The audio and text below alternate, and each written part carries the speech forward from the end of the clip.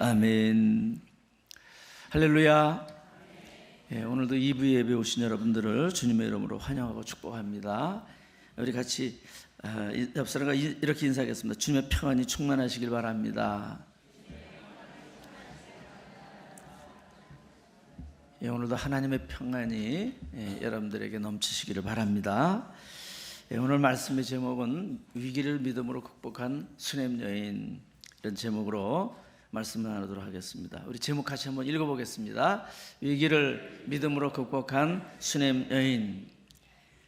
오늘은 수냄 여인의 집에 아들이 죽었다가 다시 살아나는 그런 기적입니다. 우리 지난 시간에 수냄 여인의 섬김에 대한 말씀을 나눴습니다. 수냄이라고 하는 곳에 살았던 여인입니다. 이름은 나와 있지 않지요. 그런데 얼마나 그 아름다운 섬김의 모습을 살았는지 그것이 성경에 나와 있습니다. 하나님의 사람 엘리사가 그곳을 지나갈 때마다, 자기 동네를 지나갈 때마다 이제 간권에서 음식을 대접하고 또 남편과 의논한 다음에 방을 따로 만들고 또 침상도 준비하고 책상도 의자도 또 촛대까지, 이거 이제 등잔이라고 그랬죠. 준비를 합니다. 아주 세밀한 배려를 하는 그런 그 연이었습니다. 이 엘리사가 너무 감동을 받아서 이렇게 큰 그런 사랑을 베풀어주고 이런 그 은혜를 받는데 뭘 좀 갚아줘야 되겠다. 그래서 그를 불러서 원하는 게 뭐냐, 좀 바라는 게 있으면 들어주겠다. 뭐 왕에게 또는 뭐 군대 장관에게 요청할 것이라도 있으면 들어주겠다. 그랬더니 그 여인은 나는 백성 중에 거하나이다. 나는 내 백성 중에 거합니다. 그 말이 무슨 뜻입니까? 나는 만족합니다. 나는 백성으로 같이 이렇게 사는 거로 충분합니다. 자족합니다. 그런 뜻이죠.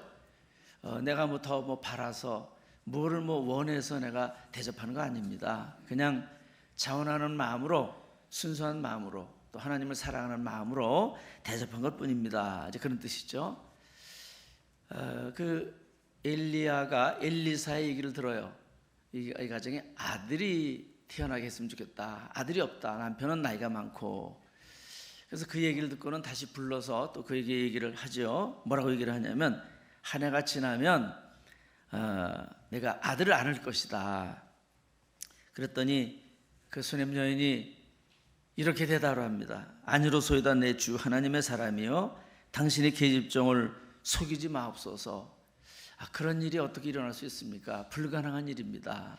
또 이 수냄 여인은 그 아들에 대한 기대도 다 접었던 것 같습니다. 이제 다 접고 포기하고 그런 상태인데, 왜 지금 이런 얘기를 하십니까? 남편도 늙고 그러는데. 근데 이듬해에 정말 아들을 낳았어요. 할렐루야. 그 아들을 낳아서 얼마나 기뻤겠습니까? 천하를 다 얻은 것 같았겠죠. 뭐 요즘 그 기준이 아닙니다. 옛날에는 자녀가 없으면, 뭐 아들이 없으면 이스라엘도 그렇고 우리나라도 그렇고 뭐 그건 아주 조상에게 큰 죄를 짓는 것처럼 우리 생각을 했잖아요. 그런데 그 아들을 낳았으니까 얼마나 기뻤겠습니까? 또 감사하면서 그냥 애지중지하면서 키웠을 것입니다. 근데 오늘 내용에 보면 그 아들이 갑자기 죽어요. 하루는 아버지가 이제 추수를 하는 그런 들에 나가셨는데 아마 감독하러 나갔겠죠. 부자니까. 근데 그곳에 이 아들이 따라갔습니다. 아마 말하고 그러는 거 보니까 글쎄 너 4살, 5살 됐을 것 같은데, 그래서 그곳에 나갔다가는 갑자기 내 머리야 그러는 거예요. 머리가 아프다는 거죠. 그래서 이제 집으로 돌려보냈어요, 엄마한테. 그랬더니 엄마 무릎에 앉아 있다가 좀 몇 시간 좀 있다가 그냥 죽어버린 겁니다. 병명도 모르고, 손 쓸 시간도 없고, 그 정말 귀한 아들이, 뭐 자기 생명보다 더 귀한 아들이죠. 그런 귀한 아들이 갑자기 죽었습니다. 이건 도저히 받아들일 수 없는 상황입니다. 이해가 되지 않는 그런 상황입니다. 얼마나 기가 막힌 상황입니까? 그런데 이런 상황에서 이 수냄 여인이 보여주는 그의 그 행동, 이것도 우리를 놀라게 합니다. 저 북극이나 남극에 가면 이제 빙산이 있습니다. 빙산. 그 빙산은 드러나는 것보다는 그 밑에 있는 게 더 크다고 그러죠. 그래서 배들도 조심해야 되는데 그 빙산이 움직일 때 보면 이 풍향하고 다르게 움직인답니다. 바람이 불면 이제 그 바람 따라서 이렇게 움직여야 되는데 그렇게 움직이지를 않고 따로 움직인대요. 그 무엇 따라 움직이는가 봤더니 그 속에 해류가 있습니다. 해류. 그래서 그 해류가 움직이는 대로 이 빙산은 움직이는 거예요. 바람이 동으로 불든 서로 불든 남으로 불든 그 개의치 않습니다. 거기에 따라 움직이는 겁니다. 우리 믿음의 사람들은 환경 따라 움직이는 사람이 아니고 뭐 감정 따라 움직이는 사람이 아닙니다. 또는 뭐 유행 따라서 시류 따라서 하는 사람이 아닙니다. 우리는 믿음 따라서 성령의 인도 따라서 사는 사람인 줄로 믿습니다. 이 여인이 그런 여인이었습니다. 그런 삶을 살았기 때문에 정말 놀라운 그 마음에 이 평안을 유지하고 있는 걸 볼 수가 있습니다. 이 여인이 그런 평안, 믿음으로부터 오는 평안, 하늘에서 내리는 평안, 그런 평안이 있으니까 이런 위기 상황에서도 너무 침착해요. 아주 무서우리만큼 침착합니다. 예수님께서 부활하신 다음에 내가 너에게 평안을 주노라. 내가 주는 평안은 세상에 주는 것 같지 않다. 그렇게 말씀을 하셨습니다. 세상의 평안은 이렇게 상황에 따라 변하는 그런 것이지만 평안하다 불안하다 뭐 이렇게 바뀌지 않았습니까? 그러나 내가 주는 평안은 그렇지 않다. 예? 믿음으로 사는 자는 하늘 위로 받겠네. 하늘의 위로를 받고 또 하늘의 평안을 누리며 사는 사람은 환경이 뭐 바뀌어진다고 할지라도 흔들리지 않는 그런 삶을 살아가는 것입니다. 오늘 이와 같은 평안이 하늘로부터 여러분들에게 충만하게 넘치시기를 축원합니다. 이 여인은 모든 그런 그 위기의 상황에서도 믿음으로 살아가는 사람이었기 때문에 이건 하나님의 섭리 속에서 되어진 일이라는 것을 알았기 때문에 그는 흔들리지를 않았습니다. 21절 오늘 봉독하는 그 말씀 중에 21절을 우리 같이 함께 읽도록 하겠습니다. 그의 어머니가 올라가서 아들을 하나님의 사람의 침상 위에 두고 문을 닫고 나와. 자, 갑자기 아들이 죽으니까 뭐 장례치를 준비하고 그러는 게 아니고 뭐 갑자기 아들이 뭐 죽으면 뭐 원인도 모르고 왜 죽었는지도 모르죠.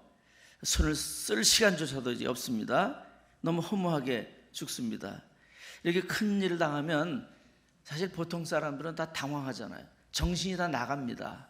정신이 다 나가요. 그리고 뭐 울고불고 난리를 치든지 뭐 어떤 사람은 졸도하든지 그렇게 될 것입니다. 눈에 넣어도 아프지 않을 그런 아들이 갑자기 이렇게 죽었는데 이 수냄 여인은 어떻게 했습니까? 아들을 안고 그 위층으로 올라가서 엘리사 선지자가 거하는 그 방 문을 열고 거기 침상이 있습니다. 그 침상에 뉘어놓고는 그냥 내려오는 그런 행동을 합니다. 어떻게 그런 행동을 할 수 있을까? 그것은 그 여인에게는 믿음이 있는 겁니다. 이 아들 주신 분도 하나님이신데 이 데려가시는 것도 무슨 하나님의 뜻이 있지 않을까?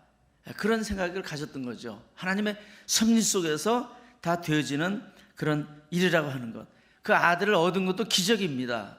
그 아들이 뭐 일반 보통 다른 사람들처럼 그냥 자연스럽게 우리가 얻은 아들이 아니고 이제 다 늙어서 포기하고, 예? 지금 남편도 늙고, 그런데 아주 기적처럼 뭐 아브라함이 이삭을 낳은 것처럼 기적처럼 얻은 그런 그 아들입니다. 그런데 갑자기 그 아들을 이렇게 데려가실 때에는 뭔가 하나님의 뜻이 있을 것이라고 믿었기 때문에 이 수냄 여인은 거기에서 뭐 그렇게 난리치지 않고 아주 침착한 그런 마음을 잃어버리지 않고 평안한 마음을 유지할 수가 있었습니다.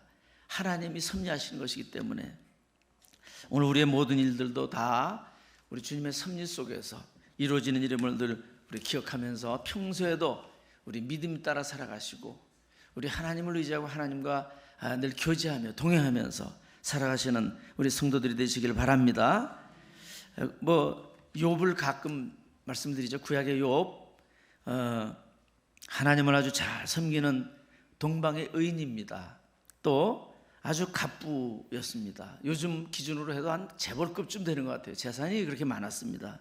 그런데 그 천상회의에 사탄이 와가지고는 참소하는 거예요. 그 욥을, 하나님 그 욥을 뭐 대단한 사람인 것처럼, 믿음이 좋은 것처럼 그렇게 생각하시는데 그렇지 않습니다. 믿음도 없습니다. 그 욥은 그냥 하나님이 복을 주시니까 그것 때문에 그저 믿음 있는 것처럼 그게 보일 뿐입니다.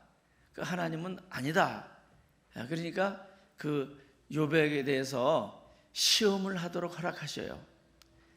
이 사탄은 하나님이 허락한 한도 내에서, 목숨은 손대지 말라. 그래서 허락한 한도 내에서 그 욥을 시험합니다. 이 욥이 이제 하루아침에 그 재산 다 잃어버리죠. 종들도 다 죽고, 또 자녀들이 10명이나 있었는데 하루아침에 10명이 다 죽어요. 한 명만 죽어도 이거는 큰일인데 다 죽습니다. 나중에는 이제 자기 몸에도 병이 들었다 그랬죠. 병도 들리고. 그러니까 그 아내는 하나님을 욕하고 죽으라고 그렇게 얘기를 합니다. 그 욥의 반응 다시 한번 우리 한번 욥기서 1장 20절부터 22절에 나온 내용인데 함께 한번 찾아보도록 하겠습니다. 욥기서 1장 20절부터 22절 말씀 우리 함께 보도록 하겠습니다. 욥이 일어나 겉옷을 찢고 머리털을 밀고 땅에 엎드려 예배하며 이르되 내가 못해서 알몸으로 나왔사온즉 또 알몸이 그리로 돌아가올지라. 주신이도 여호와시오 거두신이도 여호와시오니 여호와의 이름이 찬송을 받으실지니이다 하고, 이 모든 일에 욥이 범죄하지 아니하고 하나님을 향하여 원망하지 아니하니라. 아멘. 우리는 그냥 성경에 기록되어 있으니까 뭐 그런 것보다 그러고 지나가는데, 이것이 만약에 우리에게 닥친 일이라고 한다면 이거는 결코 그렇게 쉬운 일은 아닙니다. 우리에게 어떤 이런 어려움이 닥칠 때 어떻게 반응하겠습니까? 우리 뭐 세월호 사건 같은 게 일어날 때 어떻게 반응하겠습니까? 뭐 물론 우리가 원칙적인 건 알아요. 믿음으로 이렇게 반응해야 된다는 건 알지만 그렇게 못하는 것이 사람들입니다. 많은 대다수의 사람입니다. 그런데 욥은 그렇게 하지 않았다는 거죠. 여기 수냄 여인도 그렇게 하지 않았습니다. 우리도 그러한 믿음의 사람이 되어지기를 바랍니다. 우리의 어떤 환경 때문에 우리가 거기에 흔들리고 영향받는 그런 사람이 아니라, 또 우리의 모든 어떤 감정 때문에 영향받는 사람이 아니라, 어떤 유행 따라서 흔들리는 사람이 아니라, 하나님 말씀에, 우리 하나님의 그 인도하심에, 우리 성령의 감동 속에서 살아가는 성도가 되기를 축원합니다. 그래서 이 여인은 그러한 하나님의 섭리 속에 되어진 이름을 믿었기 때문에, 또 주신 이가 하나님이시니까 데려가신 분도 하나님이 데려가시는 것, 이 욥도 주신 분이 다 하나님이시고 하나님이 데려가시는데 내가 무슨 뭘 주장할 수가 있겠느냐, 그런 마음의 고백을 했던 거죠. 그런 믿음이 있었습니다. 또 이 수냄 여인에게는 부활의 믿음이 있었다고 볼 수 있습니다. 부활의 믿음. 그러니까 그 침상에 올려다 놓죠. 뭐 죽은 시신을 왜 거기다가 올려다 놓겠습니까? 죽었으면 장례 지낼 준비를 해야 그게 맞는 얘기죠. 그런데 그렇게 하지 않았는데, 그것은 장사 지낼 준비를 하지 않고 침상에 누우고 내려왔다고 하는 것은 하나님이 하실 일을 기대하는데, 이 부활의 신앙이 그에게는 있었기 때문에, 그 아들을 없는 가운데 주신 분, 무에서 유로 창조하시는 하나님의 능력이라면 죽은 생명 살리시는 거 왜 못하시겠느냐, 그런 그 믿음이 있었습니다. 우리 성경에 보면 아브라함도 그 부활의 믿음이 있었다고 되어 있어요. 이 히브리서에 보면 뭐 아브라함뿐이 아닙니다. 다른 사람들도 다 그런 믿음이 있었던 거죠. 아브라함도 본향 찾는 신앙, 천국에 대한 소망이 있었기 때문에 자기가 떠난 그 고향 가지 않고 그리고 그 천국을 바라보면서 살았다고 이제 성경은 우리에게 기록을 해 주십니다. 오늘 우리에게도 이 부활의 신앙이 있어야 됩니다. 부활의 신앙, 장례식 때만 가서 찾는 게 부활이 아니고 우리가 평소에도 부활의 신앙을 가져야 됩니다. 예수님이 십자가에 죽으신 뒤에 사흘 만에 부활하셨습니다. 할렐루야. 로마서에 보면 우리가 세례받는 것은 예수 그리스도와 그리스도 예수와 연합하는 것이라고 말씀하셨는데, 죽으심과 연합하고 장사 지냄과 연합하고 부활과 연합하는 거라고 되어 있습니다. 그래서 예수님은 부활의 첫 열매가 되셔요. 첫 열매. 우리도 다 그 안에서 이제 부활하는 사람입니다.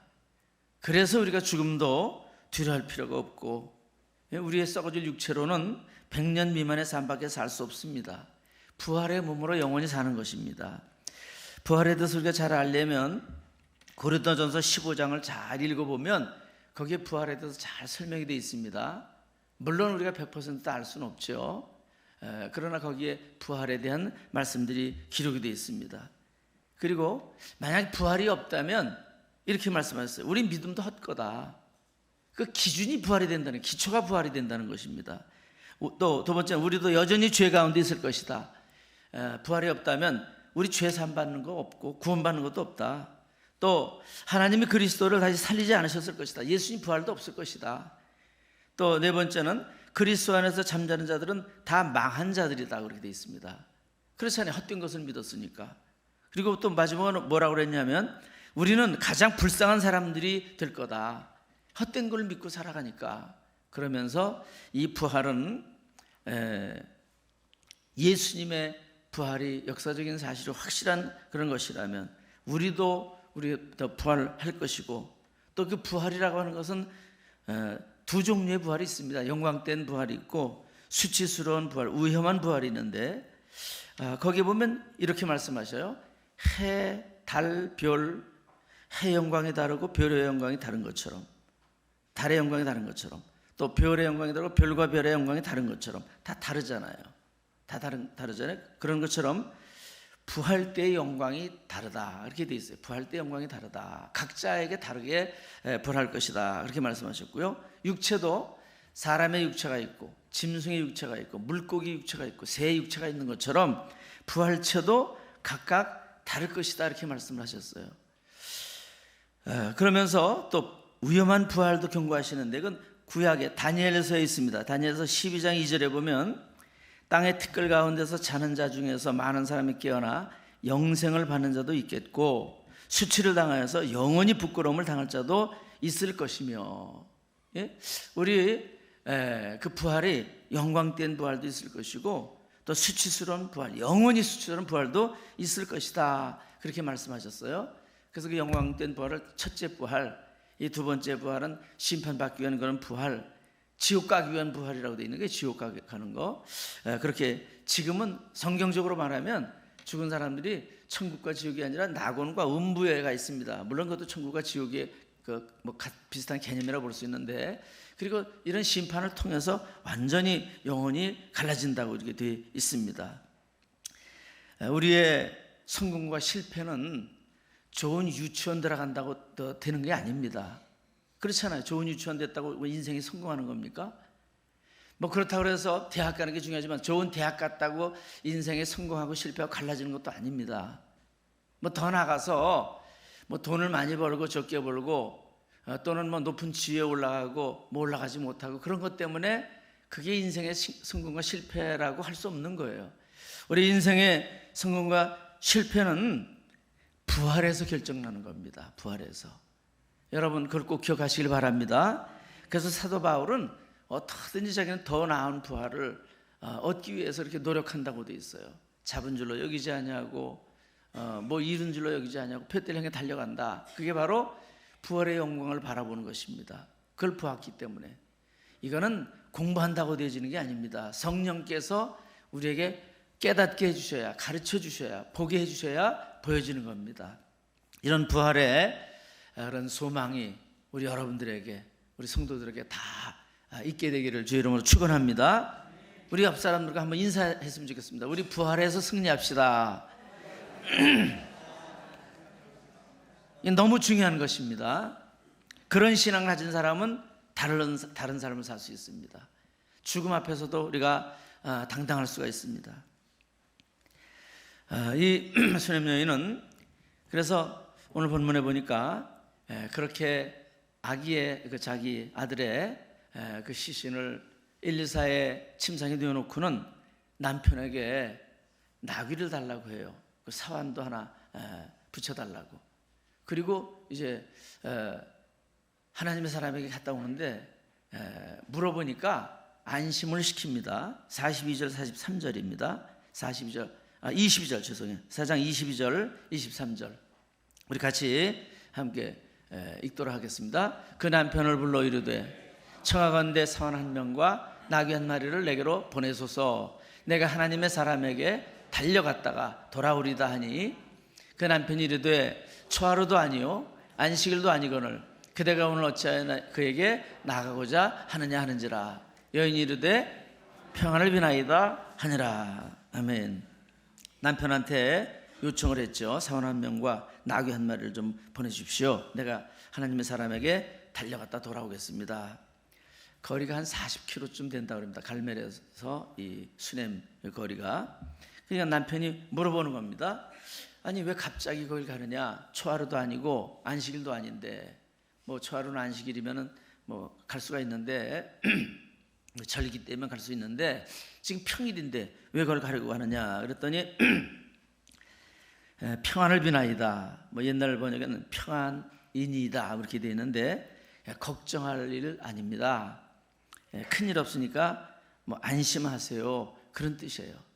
그 남편하고 얘기를 해봤자 뭐 얘기가 될 수가 없죠.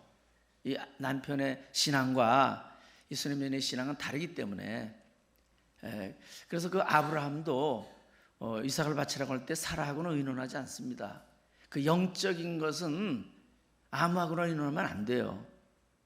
믿음이 없는 사람하고 의논해봤자 거기에서는 답변이 돌아올 게 없습니다. 뻔한 답입니다. 우리 신앙생활 하다가 뭐 영적인 문제가 있으면 아무하고나 얘기를 하면은 그 대답 옳은 대답인가 보다. 그렇게 하면 안 돼요. 예를 들어서 믿음이 없는 남편한테 11조에 대해 의논한다? 그건 안 하겠다는 얘기지. 그건 의논하는 할 필요도 없는 겁니다. 영적인 일에 대해서는 의논할 필요 없어요. 그건 하나님과 하시길 바랍니다. 아니면 영적으로 그래도 신뢰할 만한 그런 지도자하고 의논하는 것이지 그냥 아무거나 얘기하는 게 아닙니다. 그런데 그냥 얘기해봤자 걱정만 할 테니까 믿음의 차원이 다른데 그러니까 그냥 안심을 시킨 것입니다. 걱정할 일은 아닙니다. 얼마나 지혜로운지 모르겠습니다. 참 지혜로운 그런 여인이죠. 그리고 이 수넴 여인은 이제 갈멜산으로 달려가는 거죠. 왜? 하나님의 사람을 빨리 만나야 되니까. 그래서 아주 최대한 빨리 달리라고 막 얘기를 합니다. 24절 우리 본문 같이 보겠습니다. 이에 나귀의 안장을 지우고 자기 사원에게 이르되 몰고 가라. 내가 말하지 아니하거든 나를 위하여 달려가기를 멈추지 말라 하고. 전속력으로 달려 그런 뜻입니다. 가능한 대로 최선을 다해서 좀 달려가자. 내가 얘기하기 전에는 그냥 멈추지 말라. 달려가를 멈추지 말라. 그래가지고 달려갑니다. 다른 사람들에게 아들이 죽은 거 얘기하지 않고 다른 것 조치하지 않고 얘기해봐야 방해거리만 됩니다. 도움이 안 됩니다. 하나님의 사람 만나러 가는 게 더 급한 일이기 때문에 하나님께 달려가는 게 최우선이었기 때문에 그래서 달려가는 것입니다. 믿음의 사람은 무슨 일을 만나든지 하나님께 달려나갑니다. 영적인 일이기 때문에 영적인 해결을 받으려고 하는 것이죠. 이것을 그냥 어떤 내 손에서 해결할 수 있는 그런 것이 아니고 사람들이 해결해 줄 수 있는 그런 것이 아니고 하나님이 해결해 주실 일이라고 하는 것을 알았기 때문에 하나님께 가는 겁니다. 우리 믿음의 사람들은 그래서 무슨 일이 있으면 기도하는 거예요. 먼저 기도하는 겁니다. 물론 평소에도 기도해야 되지만 그런 일이 있을 때는 하나님을 찾는 것입니다. 하나님께 기도하는 것입니다. 여러분 한번 질문을 던져볼게요. 이 아들을 주신 이유가 뭡니까? 이거 쉬워요. 아들을 주신 이유는 쉬워요. 근데 아들을 데려가신 이유 이건 어려워요. 왜 데려가셨는지, 나중에 살려주셨는데 왜 살려주셨는지도 좀 어려워요. 그런데 아들을 주신 이유는 분명합니다. 하나님을 감동시켰기 때문이에요. 할렐루야. 우리 하나님 마음을 감동시키는 믿음의 사람 되길 바랍니다. 그래서 그렇게 아들을 주어줬다고 하는 건 우리가 이제 다 알고 있는데 데려가신 이유가 어디 있을까? 그 이유를 알면 뭐 답이 금방 나오겠죠. 아, 어떻게 해야 될 거다. 그런데 그 확실한 답은 몰라도 이 수냄 여인이 생각할 때 아는 거죠. 자기가 이제 엘리사를 그렇게 지극정성으로 섬겼는데 그가 마음에 감동받으니까, 이게 하나님 마음에 감동받으신 것입니다. 하나님 마음 감동받으시니까 그렇게 아들을 주셨어요. 근데 지금 다시 데려가신 거는 뭔가 이게 문제가 있구나, 뭔가 뜻이 있구나, 하나님의 말씀하시고자 하는 그런 그 뜻이 있구나, 그것을 알았기 때문에 하나님께 간 거예요. 하나님이 해결해 주셔야 되니까. 아브라함이 100살의 아들을 얻습니다. 하나님께서 약속을 해주셨던 아들을 이제 100살에 얻었는데 금이 오게 하면서 이렇게 키웠죠. 그런데 그 느닷없이 제물로 바치라는 거예요. 하나님께서. 아니, 주실 때는 언제고 또 뭐 바치라고 하십니까? 바치는 것도 그냥 바치는 게 아니고 번제로 바치라. 번제는 어떤 제사라고 그랬습니까? 대표적인 5가지 제사 중에 하나인데, 제물을 잡아서 각을 떠서 다 불태워드리는 그런 그 제사예요. 하나님은 인신 제사를 금하셨습니다. 성경에 보면. 근데 어쩌자고 이 이삭을 하나님께 바치라고 합니까? 근데 이 아브라함은 그걸 신앙 안에서 다 받아들입니다. 하나님께서 이게 이유가 있어 하실 것이다. 그래서 사실은 그 아브라함을 시험하신 것이었죠. 아브라함이 사흘길에 가서, 사라하고도 의논하지 않습니다. 사흘길에 가서 이제 번제로 드리려고, 죽이려고 할 때, 그때 하나님 다급하게 천사를 보내셔서 아브라함아, 아브라함아, 내 아들 이삭에게 손대지 마라. 그리고 하시는 말씀이, 내가 이제야 내가 나를 경외하는 줄 알겠다, 그렇게 말씀하셔요. 아니, 그동안에도 하나님 다 경외했잖아요. 또 하나님도 다 알고 계시잖아요, 그 믿음을. 근데 왜 또 그때 와서 그런 말씀을 하실까? 그것은 그의 마음을 행동으로까지 보여드린 겁니다. 근데 이 아브라함이 그렇게 하나님을 신뢰하고 믿던 그런 사람이 사실 좀 변질됐다는 얘기예요. 변질. 아들이 생기다 보니까 아들한테 푹 빠져버렸어요. 뭐 그럴 만도 하죠. 여러분들도 아마 우리 친구가 늦게 그 아들을 낳은 친구가 있는데, 막내를 낳았는데 처음에는 애를 안 낳다겠다 그러고 막 그러더니 늦게 낳았어요. 그래서 어떻게 그 아들을 이렇게 낳느냐 그랬더니 말도 마라. 요즘 성경 구절이 그냥 저절로 생각이 난대. 예? 그냥 보기만 해도 좋고 나로 인하여 기쁨을 이기지 못하시며, 성경에 나오거든요. 그 아들로 인해 기쁨을 이기지 못하겠다고 막 그런 얘기를 하는 거 들으면서, 우리 손잡으신 분들도 다 그럴 겁니다. 돈 내라고 그래도 막 얘기하고 싶고 그런 게 그 할머니 할아버지들인데, 이 아들을 100살에 낳았으니 얼마나 귀하게 여기겠습니까? 푹 빠져서 하나님과는 조금 멀어진 거예요. 하나님과는 좀 소원해진 것입니다. 하나님께서는 그것을 확실하게 정립을 하고 지나가자, 그렇게 하신 거죠. 그래서 그를 시험하신 겁니다. 문제가 생길 때 우리도 빨리 하나님 앞에 달려나가는 게 중요합니다. 그래서 그 문제를 해결을 해야 됩니다. 영적인 문제이기 때문에 영적으로 해결을 해야 되는 것이죠. 요즘 그 신종 코로나 바이러스, 코로나 19가 맞아요? 19가 맞아요? 19라고 그러네? 내 생각에 19가 맞는 것 같은데, 모르겠어요. 하여튼 그렇게 하라 그러면 또 그렇게 통용될 텐데, 그 바이러스 때문에 세계가 비상이 걸렸습니다. 그래서 우리가 마스크도 쓰고 손도 부지런히 씻고 하는데, 영적인 의미를 알아야 돼요. 갑자기 이러니까 그냥 마스크도 품귀 현상이 일어나고, 손 씻는 세정도 값이 몇 배로 오르고, 우리 교회도 그냥 몇 배 올라도 그냥 또 사다 놨어요. 또 씻어야 되니까. 비싼 줄 알고 쓰십시오. 비싸게 산 거니까. 손도 자주 씻고 그러면 감기가 다 없어진대요. 독감이 없어진대요. 우리가 손을 자꾸 씻고 하면 그게 다 또 이 세균에서 또는 바이러스에서부터 생기는 것이니까. 그런데 우리가 그런 일도 부지런히 해야 되겠지만, 가장 중요한 것은 우리 하나님이 하시는 일이라는 걸 아셔야 됩니다. 이거는 우리 성경적으로 하나님이 하시는 징계, 하나님이 하시는 심판은 3가지라고 그랬죠. 칼과 기근과 온역입니다.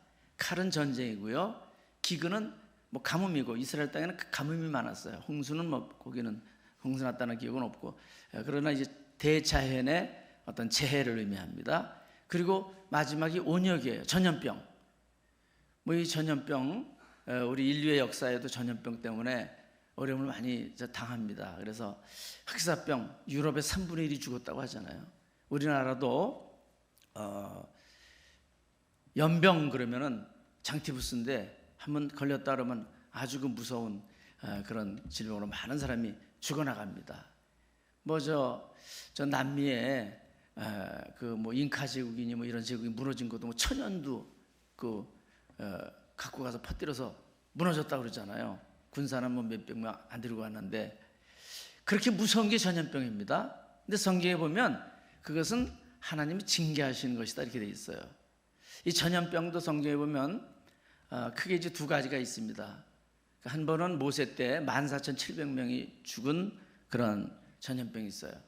그것은 고라 일당이 모세를 반역합니다. 대적해요. 모세가 지도자가 되니까 왜 너만 지도자가 되느냐 그거예요. 우리 같은 레위 지파인데, 그리고 이제 루벤 지파는 장자 지파니까 거기서 가담을 하고, 그리고 이 모세가 왕이 되려고 한다 그러고, 왜 너는 제사장이 되고 왕이 되려고 하고 아론 제사장 시키고 왜 우리한테는 이게 잔일만 시키느냐, 뭐 그래가지고 대적을 하니까 모세가 이제 하나님의 판결을 받자고 그러죠.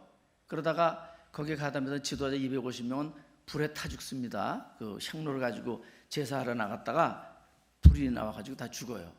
그리고 이 고라의 뭐 가족들은 땅이 갈라져서 생매장돼서 죽습니다. 거기 아들들은 거기 가담을 안 해요. 이상하게 아들들은 살아나고. 그리고 전염병이 돌아가지고 14,700명이 죽어요. 그래서 이제 하나님 앞에 기도하고 또 모세가 이제 아론에게 시켜서 그 향로에 불을 담아가지고 산자와 죽은 자 사이에 서서 속죄를 하라고요. 하나님 앞에. 그랬더니 그 퍼지던 전염병이 이제 그쳤다는 그런 기록이 있어요. 그리고 또 하나는 이제 다윗 때에 다윗 왕이 크게 그 두 가지, 그의 생애 속에 두 가지 잘못을 합니다. 하나는 밧세바 그 아내가 간음한 죄고, 그리고 그 우리아를 죽이죠. 그리고 또 하나는 노년에 자기가 이제 이룬 업적을 한번 평가를 해봐야 되겠다 싶어서 그 인구 조사를 해요. 군대 수를 조사를 해요. 뭐 인구 조사하는 게 죄는 아닙니다. 민수기에 보면은 인구 조사가 2번이나 나오는데, 근데 이것은 이제 자기가 이루어놓은 업적을 한번 알아보려고 하는 것이기 때문에 신하들이 말려요. 아니 이거 다 하나님이 하신 일인데 그거 왜 그런 일을 하십니까? 지금도 얼마든지 하나님은 더 많은 인구도 또 군사도 만드실 수 있는 분 아닙니까? 근데 이 다윗이 고집을 부려요. 나이가 들면 고집이 세지나 봐요. 그래서 고집을 부리니까 할 수 없이 그 신하들이 인구조사를 했더니 하나님이 진노하시고 선지자를 보내서 책망하시면서 징계하시겠다는 거예요. 그래서 셋 중에 택해라. 셋 중에 어떤 벌을 받을 건지. 첫 번째 7년 동안 기근이 있을 건지, 두 번째 대적에게 쫓겨서 3달 동안 쫓겨다닐 건지, 그 다음에 세 번째 전염병으로 징계를 받을 건지. 그러니까 이 다윗이 내가 그냥 하나님의 손에 직접 매맞겠습니다 그렇게 대답을 해요. 세 번째 전염병을 택했는데 성경에는 그 전염병이 돌면서 7만 명이 죽었다는 겁니다. 그래서 천사가 이제 그 아라우나의 타작마당, 오르난의 타작마당이라고도 나오고 두 곳 이름이 나오는데 뭐 같은 지역입니다. 그곳에 가서 제사를 드려라. 그래서 속죄를 해라. 그래야 이게 그칠 거다. 그래서 가서 이제 그걸 사가지고 이제 드리려고 했더니 그 주인이 왕이 왔으니까 내가 그냥 다 드리겠습니다. 뭐 재물도 드리고 땅도 드리고 뭐 불태울 그런 제목도 다 드리겠습니다. 그랬더니 그때 다윗이 유명한 말을 하는 거죠. 내가 값없이는 번제를 드리지 아니하리라. 예? 내가 어떻게 값도 치르지 않고 그렇게 네 걸 다 갖다가 그렇게 예배를 드리겠느냐. 그래서 자기가 다 대가를 주고 돈을 주고 그리고 그곳에서 제사를 드렸더니 그 전염병이 그쳤어요. 그것은 영적인 일이기 때문에 그렇습니다.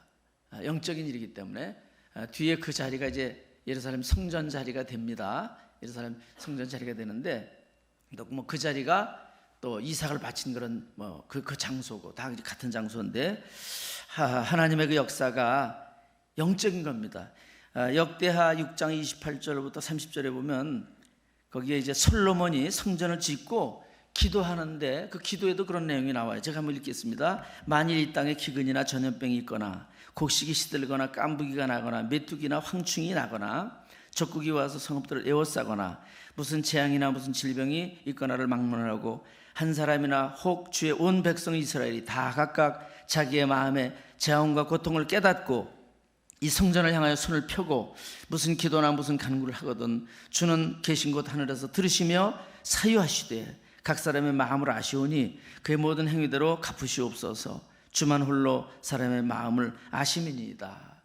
그래서 그런 일이 있으면 기도할 테니까 기도하면 용서해 달라는 겁니다. 용서하면서 물론 행위대로 갚으시라는 그런 그 기도들을 드리는데, 이 영적인 일은 영적인 것으로 풀이해야 된다는 거죠.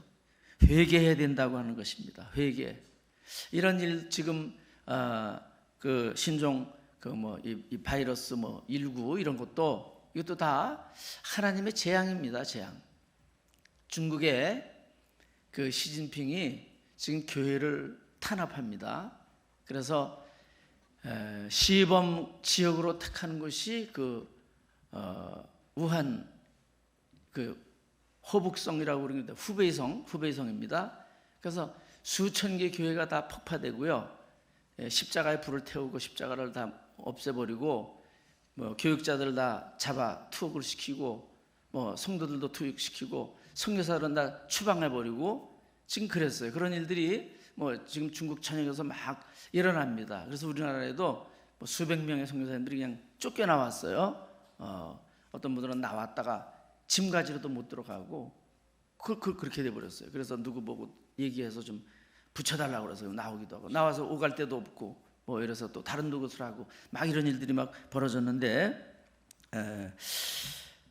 우연히 일어나는 그런 일이 아닙니다. 물론 우리나라 그래도 뭐 다행스럽게 뭐 크게 번지지는 않다 보니까 다행이지만 이런 건 경고예요. 경고. 저 일본도 하나님의 그 경고라는 걸 알아야 됩니다. 그 크루즈선 어떤 분들은 그걸 아주 꿈에 그리는 그런 뭐 자기의 로망으로 뭐 이렇게 생각하는 사람들도 있더라고요. 아마 이런 일을 통해서 생각이 싹 바뀌었을 것 같아요. 앞으로 크루즈선 회사 망하지 않을까 그런 생각도 들어요. 거기에 탔다가 그 전염된 사람들이 있으니까 내리지도 못하게 하고 막 그랬었잖아요. 뭐 올림픽 때문에 그랬다는데 누가 그럴 줄 알았겠어요. 예? 어떻게 그런 생지옥이 어디 있습니까? 그 비싼 돈을 들이고 그렇게 여행을 떠났는데 그 얼마나 참 고생들을 많이 했겠습니까? 그런데 오늘 우리 성경은 우리에게 이런 일을 당할 때 회개해야 된다는 겁니다. 우리 믿음의 사람들은 무슨 일을 만나든지 하나님과 답판을 지어야 되는 거죠. 하나님과 해결해야 되는 겁니다. 그래서 이 여인도 하나님께 찾아가는 거예요. 엘리사를 찾아가는 겁니다. 자, 25절 26절 같이 보겠습니다. 25절 26절 본문. 드디어 갈멜산으로 가서 하나님의 사람에게로 나아가니라. 하나님의 사람이 멀리서 그를 보고 자기 사원 게하시에게 이르되 저기 수냄 여인이 있도다. 너는 달려가서 그를 맞아 이르기를 너는 평안하냐? 내 남편이 평안하냐? 아이가 평안하냐? 하라 하였더니 여인이 대답하되 평안하다 하고. 자, 멀리서 그 수냄 여인이 이제 나귀를 타고 막 이제 바쁘게 오는 모습을 보고 이게 보통 일이 아니구나. 그 가정에 무슨 심각한 일이 일어났나 보다. 근데 하나님이 엘리사에게 가르쳐 주시진 않으셨어요. 그래서 게하시를 보내면서 가서 한번 물어보라고. 너무 마음이 다급한 거죠, 이 엘리사도. 그래서 게하시를 보냈는데 게하시가 가서 물어봅니다. 평안하냐? 남편 평안하냐? 아이는 평안하냐? 그랬더니 여인이 한마디로 대답해요. 평안하다. 평안하다. 그 말은 무슨 얘기냐면 물론 상황은 평안한 상황이 아닙니다. 그의 마음으로는 신앙으로는 평안하겠죠. 그러니까 뭐 이 말은 뭐 틀렸다 맞았다 뭐 맞기도 하고 틀리기도 하고 그런 말인데 어쨌든 신앙 안에서 평안하지만 사실은 평안한 게 아니죠. 아들이 죽었으니까.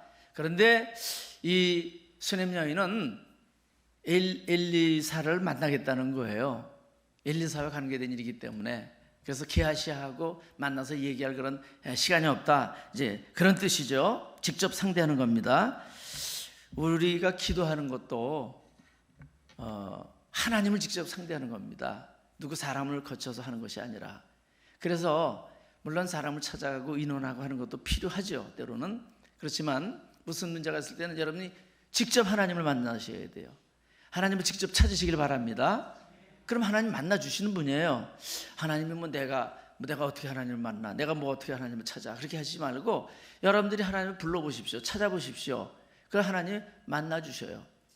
하나님께서는 성경에 그런 약속이 많이 있습니다. 우리 간절히 하나님을 찾으면 하나님은 만나주신다.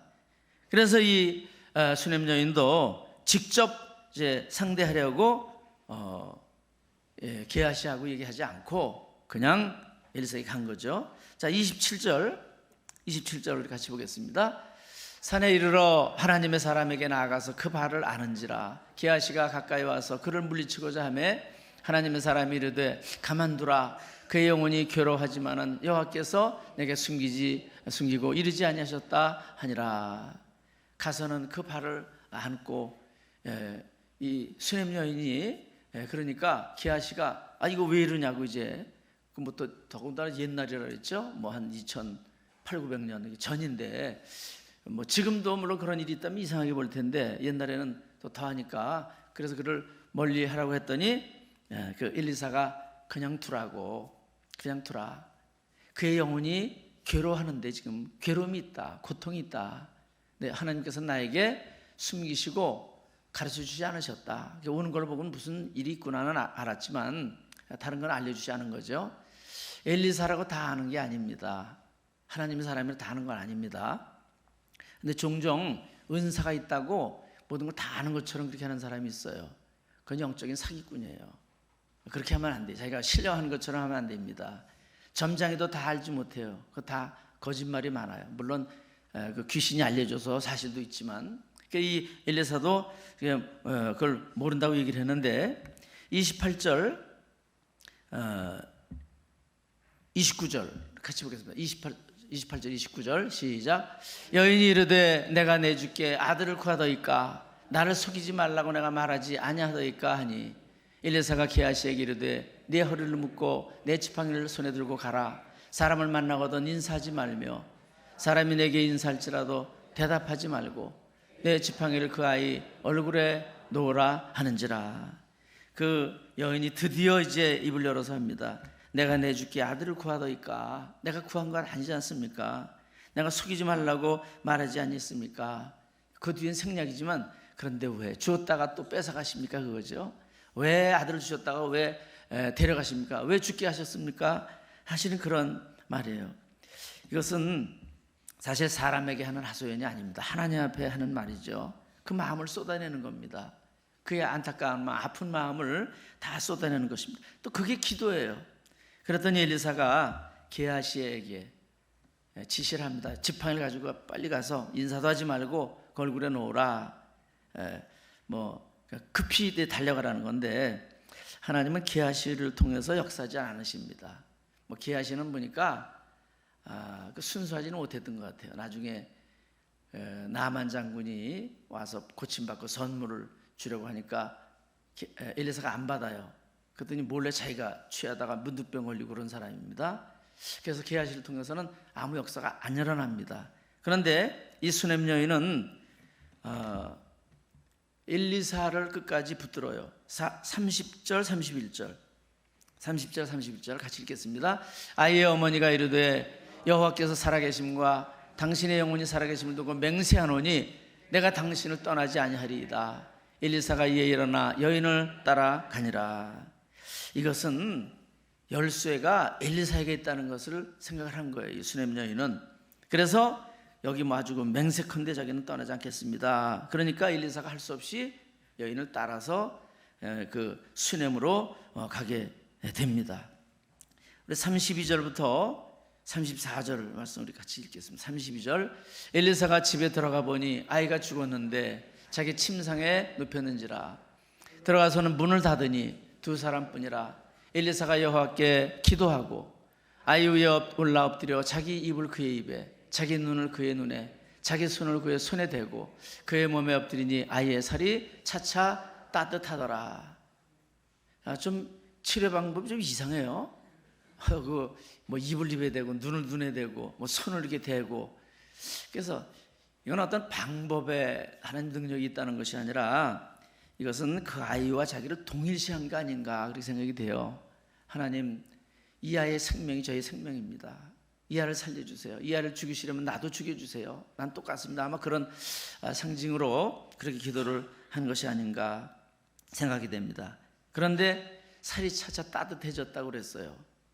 이건 하나님 역사하신다는 증거잖아요. 숨은 쉬지 못했지만, 살아난 것은 아니지만. 그랬더니 엘리사가 다시 한번 합니다. 35절부터 37절 같이 읽겠습니다. 35절부터 37절. 엘리사가 내려서 집안에서 한 번 이리저리 다니고 다시 아이 위에 올라 엎드리니 아이가 7번 재채기하고 눈을 뜨는지라. 엘리사가 게하시를 불러 저 수냄 여인을 불러오라 하니 곧 부름에 여인이 들어가니 엘리사가 이르되 네 아들을 데리고 가라 하니라. 여인이 들어가서 엘리사의 발 앞에서 땅에 엎드려 절하고 아들을 안고 나가니라. 아멘. 한 번 더 집안에서 이리저리 다닌 다음에 다시 또 그 아이 위에 올라가서 엎드렸더니 아이가 7번 재채기를 하고 그리고 눈을 떴습니다. 살아났습니다. 할렐루야. 이 재채기는 우리 몸속에 있는 더러운 것들을 보내는 그런 뭐 자연스러운 이런 뭐 동작이라고 그러는데 그 더러운 것이 다 이제 빠져나가는 거죠. 그러면서 이 아이가 다시 이제 살아났습니다.